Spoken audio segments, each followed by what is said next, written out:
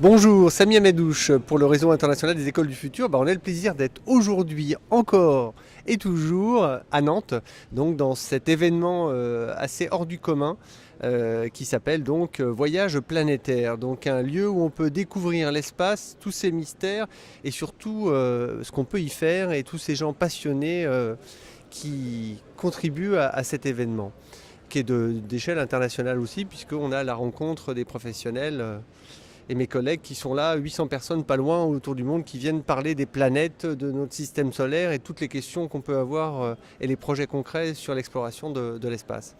Alors Stéphanie et Sabrina, bonjour. Qu'est-ce qui fait que vous êtes ici et que c'est grâce à vous d'ailleurs que nous sommes là? Tout d'abord, ce qui crée l'occasion de cet événement, c'est vraiment le colloque scientifique. C'est-à-dire qu'on a 800 chercheurs qui sont là et on profite de leur venue justement pour créer une sorte d'arrière-cour du colloque. En fait, c'est un peu ça l'idée. On essaye de créer un petit côté intimiste où on va venir comme ça rencontrer des chercheurs dans un espace. Alors, si vous êtes allé vous promener, on voit là-bas, il y a un peu c'est feutré. On est dans une ambiance vraiment qui permet l'échange, la rencontre. Et pendant toute la semaine, les chercheurs font tout un cycle de conférences, 24 en tout, donc c'est quand même beaucoup, sur différents thèmes. Et c'est vrai que c'est ça qui nous a vraiment motivés au début, c'était permettre l'échange.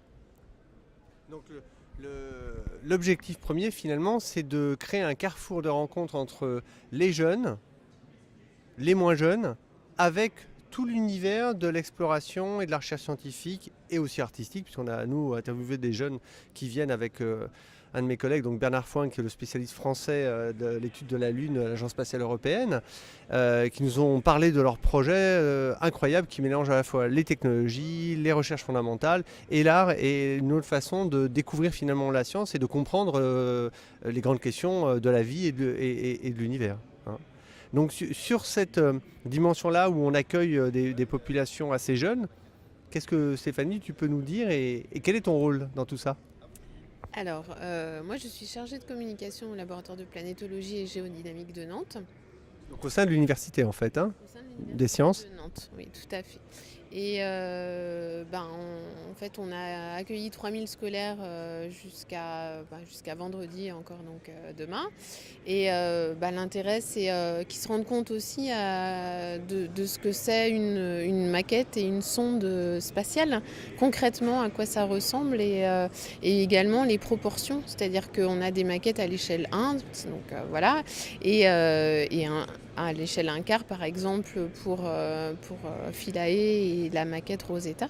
Donc c'est aussi l'occasion pour le jeune public de se rendre compte des technologies et du matériel en fait, des tailles. De manière concrète, c'est-à-dire qu'effectivement, on voit juste derrière nous un des rovers d'exploration de Mars, donc c'est effectivement impressionnant, même pour un adulte, de voir à l'échelle réduite ou réaliste un outil qui a servi de prototype, de maquette et dont la version donc complète est partie il y a déjà quelques années et est en train d'explorer Mars actuellement. Et on a un des espaces d'ailleurs qui a été réalisé par des scientifiques donc justement de votre laboratoire qui permet de se mettre en immersion complète sur le sol de Mars avec des lunettes 3D. On est dans ce qu'on appelle un cube virtuel et donc on a le sol et les 3 murs face à nous et on se promène comme si on y était sur la surface de Mars à partir des données donc, qui sont accessibles, on peut dire quasiment à tous, enfin qui sont partagées par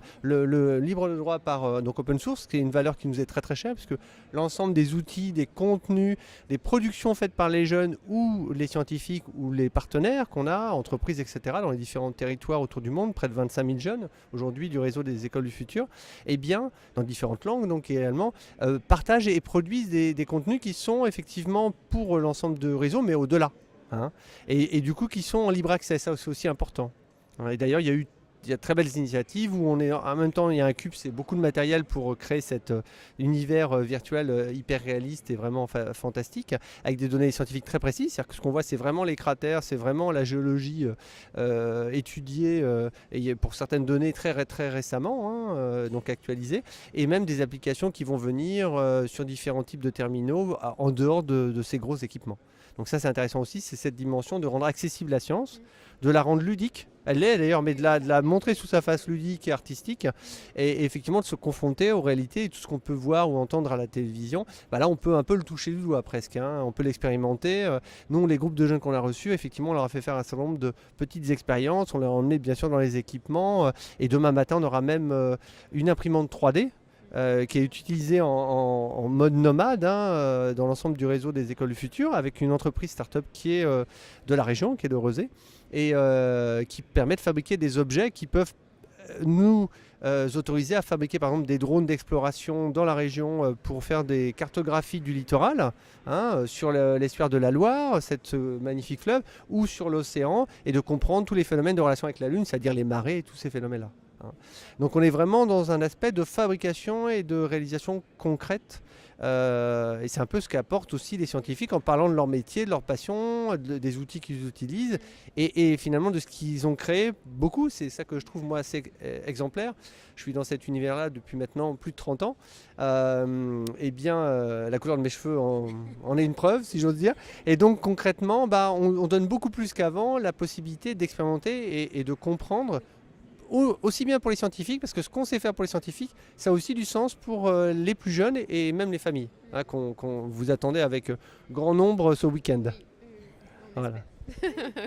Qu'est-ce qui peut-être caractérise, au-delà de tout ce qu'on a déjà expliqué, et c'est des partenariats comme ceux qu'on a, et l'accueil que vous nous faites, exceptionnel, merci à vous, vraiment de tout cœur ici. Et qu'on essaie de relayer dans les différents pays avec les visioconférences et les échanges qui vont suivre et tous ces matériaux vidéo qui sont faits par nous et par des jeunes qui vont être après distribués, qui vont donner, j'espère, inspiration et matière à découvrir et à travailler pour d'autres enfants autour du monde. Qu'est-ce qui fait la nature particulière de ce lieu-là? Et première question. Et deuxième question, qu'est-ce que vous aimeriez faire dans une prochaine opportunité? Peut-être, en fait, en 2011, on avait déjà fait une exposition de ce type. Et c'est vrai que l'apport qu'on a essayé de rajouter dans cette exposition-là, c'est qu'au-delà des maquettes, c'est vraiment le côté ludique et la réalité scientifique et technologique qu'on a essayé de combiner ensemble.